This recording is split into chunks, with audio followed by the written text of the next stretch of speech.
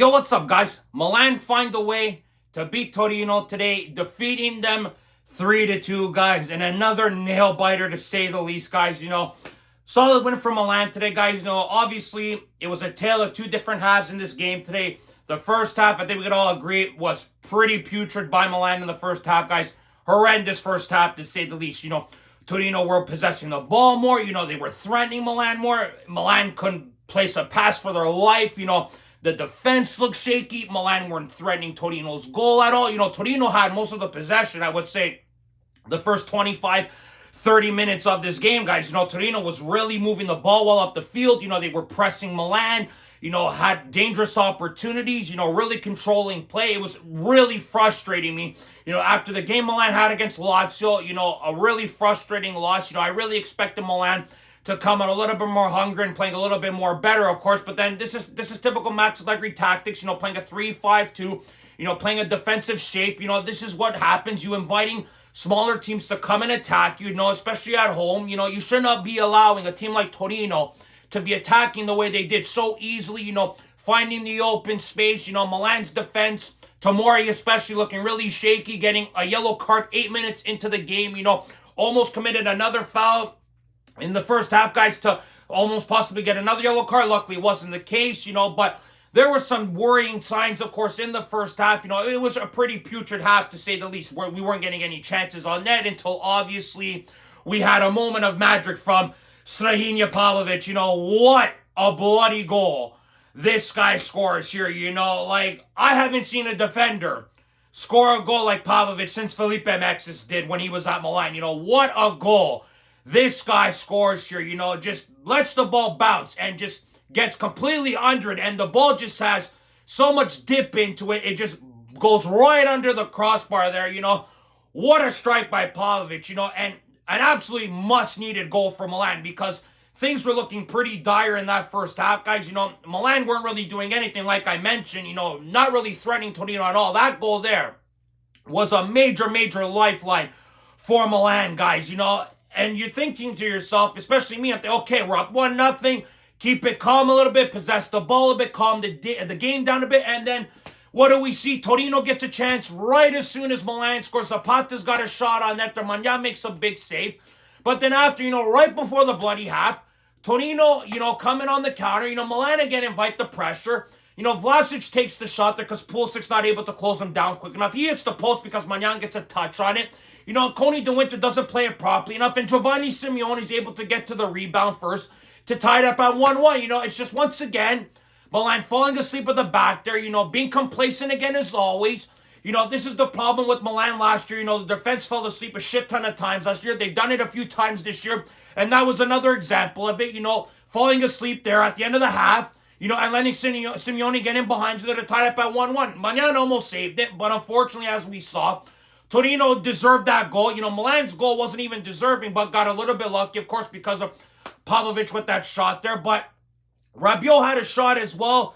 Great save as well by Torino's keeper there, But other than that, those were the two best chances for Milan, the Pavlovic goal and the Rabiot shot. And Torino could have easily been up a goal or two on themselves. So it's a shaky first half. The defense looked shaky. Midfield looked shaky at times. The attack was non-existent. Füllkrug and Pulisic didn't really do much, especially Füllkrug in the game in general today, guys. But Max Allegri needed to make changes at halftime. I think we could all agree on that. Something needed to be done because he was playing with bloody fire going into that second half. Tied up at 1-1. Napoli winning yesterday. I'm pretty sure it was against Cagliari. So you needed to win today. It was an absolutely must-needed win today. Then we saw Allegri sub off Vic Tomori, bring in Zachary Athakami, push Alexis Salamakers up the flank. And Lord and bloody behold, Milan start dominating play the first 10 minutes of the game. Pulisic gets the ball on the flank because of a beautiful little through ball by Modric. Rabiot makes the perfect run into the box. Pulisic with a fantastic cross to Rabiot to make it 2-1 for Milan. Beautiful link-up play by Milan. Milan were controlling play there at the start of the half, guys. Really suffocating Torino, not letting Torino come out of their own end there, guys. With Salamakers on the flank there, Athakami right behind them there. Really closed down Torino, guys, to get Milan that second goal. They're absolutely massive. Milan continued to push, as we saw, guys. Milan had continued to press there, continued to pressure Torino in their own half. And then, as we saw, Fofana did a really good job in this game. They probably one of his best matches of the season for Milan there, guys. Finally, Yusuf Fofana takes a bloody shot and hits the freaking net, and he bloody scores too, Huge goal for Milan to get the insurance goal, to get it to 3-1. Massive goal for Fofana. Huge goal for Milan. Well-deserved goal for Milan. Absolutely dominating the first 10 to 15 minutes of the second half, guys. Fantastic job by Milan. They were controlling the game a little bit. Torino didn't look like they were going to come back and threaten Milan at all. But then, of course, Milan get complacent, start to sit back a little bit. Torino start to get possession a little bit, start to dictate play a little bit. And then, of course, after Strahinja Pavlovic with the great goal, he scores Giovanni Simeone, who was an absolute thorn in the side today for Milan, guys. Simeone, had a great shot on net, but Mike Magnan made an incredible save with his foot there, to keep it at 3-1. But then Simeone is able to squeak in behind Milan's defense because they're sleeping again. Pavlovic loses position on him, tries to grab him, clearly hits him in the face. The VAR tells the ref to go take a look, and he calls up a penalty shot, and then Vlasic goes and steps up to make it 3-2, guys. And I just said to myself, this bloody team here can never make it easy for us Milan fans. Can never just close out a game 3-1 or 2-0. Just, it really frustrates me, guys, to say the least, But Milan did a good job, I felt. After Torino did cut it down to 3-2, controlled the game. Ricci had a good chance. Bartosagi pissed me off. He had a great little chance in front of the net there to pass to Santi Jimenez, who came into the game there for Nick Fulcrum. Great to see Santi Jimenez back, guys, after being off the last 4 months with an ankle injury, of course.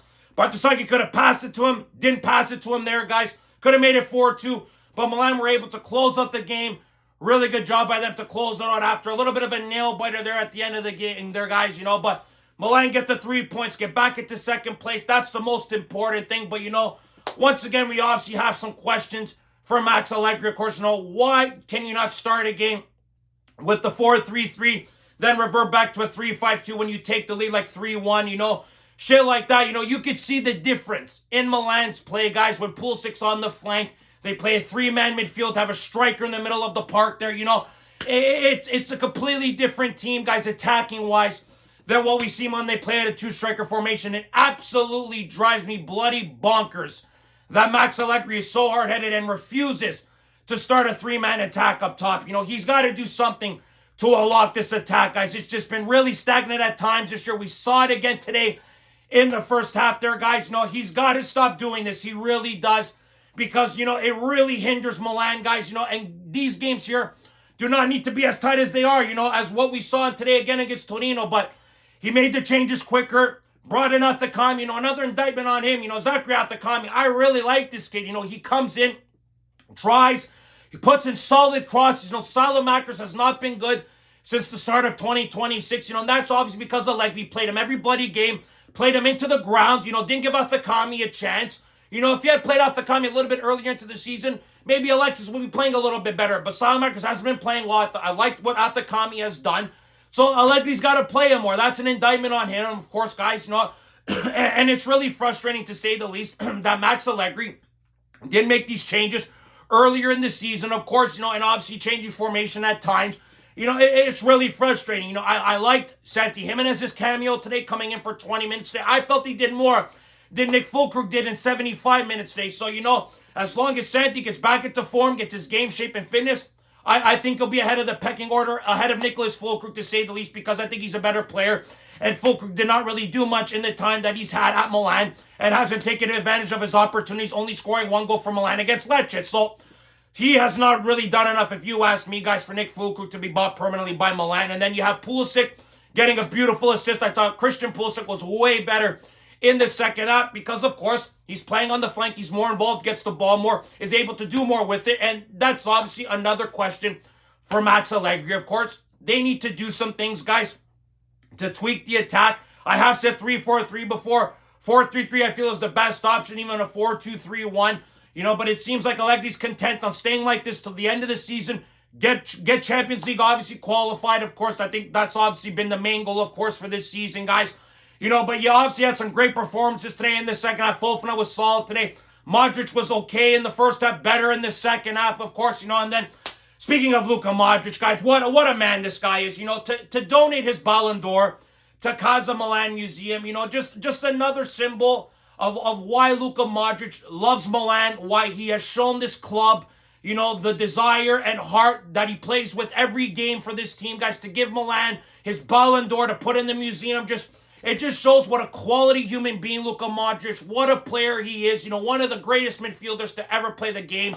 You know, and I am just so grateful to know that he plays for this team, brings a different mentality to the club. You know, and is obviously still such a great player at 41 years old. I got nothing but great things to say about Luka Modric and the year he's had in Milan. Guys, you know, I thought Ricci did a good job today. You know, he almost scored. You know, he could have even made an extra pass, guys, to Santi Jimenez. You know, he obviously wanted to score against his former team. Didn't do much there. Nkunku came in, didn't do very much today, guys. You know, Bartasagi was okay today. Defense was obviously a little bit better in the second half after they made the Atakami change. Salamakers wasn't amazing today, guys, you know. But listen, at the end of the day, Milan get the 3 points. Had a way better second half compared to the first. Allegri made changes. That's what we wanted him to do. Obviously, I would love to see him do it at the beginning of the game, then revert back to a 3-5-2. I'm going to be a broken record regarding that, of course, guys. But huge that they won today, guys. You know, Napoli won yesterday. Back in second place. Point ahead in Napoli. Absolutely massive. Of course, obviously, still a little bit annoyed about the Lazio game, guys. You know, but now, with an international break coming up for all of us Italians, the rest is not over yet for us. We do not get a break because if anything, the stress levels are about to go up 1,000 if you guys ask me, because we obviously know what is at stake coming up for the Italian national team. Of course, we all know that Italy's got to play Northern Ireland to try to get to a World Cup, guys, and not try to embarrass themselves missing a third straight World Cup. So keep an eye out. I'll be making a preview video for Italy versus Northern Ireland. I'll be talking about the call-ups that Gattuso made. Obviously, some questionable call-ups, guys, regarding the national team. It's going to be a very interesting week leading up to Italy versus Northern Ireland in the World Cup playoffs, guys. But Milan get their job done today.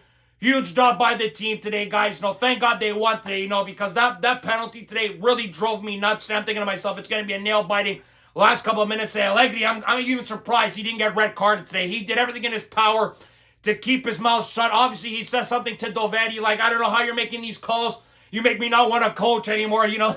Typical Max Allegri with his lines to refs, you know. The guy is animated on the touchline. He is a great manager, but he does drive me nuts with his tactics and sometimes being hard-headed. You know, Milan could be way better off in games if he had just made some couple tweaks in the attack. But listen, we are in second place.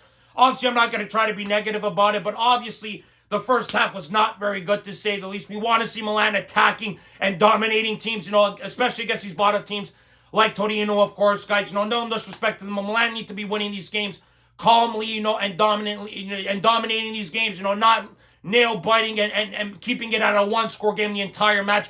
I hate these type of games, to say the least. But Milan get 3 points today. Got some good cameos today. Got some solid performances today by certain players today, guys. Wolfman was man of the match. Great to see, guys.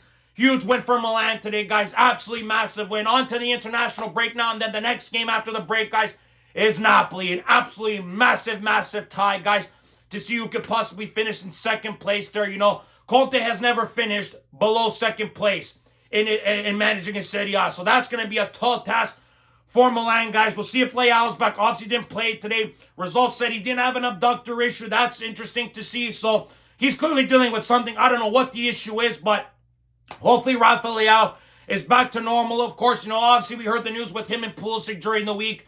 That, guys, we got to just sweep it under the rug, unfortunately. It was a bit of a misunderstanding, of course. Obviously some frustration there, but at the end of the day there, guys, Milan got to be put first instead of individuals. And I think we can all agree that this win today was very, very important for Milan in the race for Champions League, guys. But we'll see what happens, guys, after the break, guys. Keep an eye out for the Italy videos. We'll see how Milan do when they play Napoli in a week and a half or two, guys. Should be very interesting, guys. Keep an eye out for the Italy videos, guys. Click like if you like this video, guys. Subscribe if you guys want to see more content. Forza Milan sempre as always, guys. See you guys on the next episode of Rocco Unfiltered. Ciao, guys.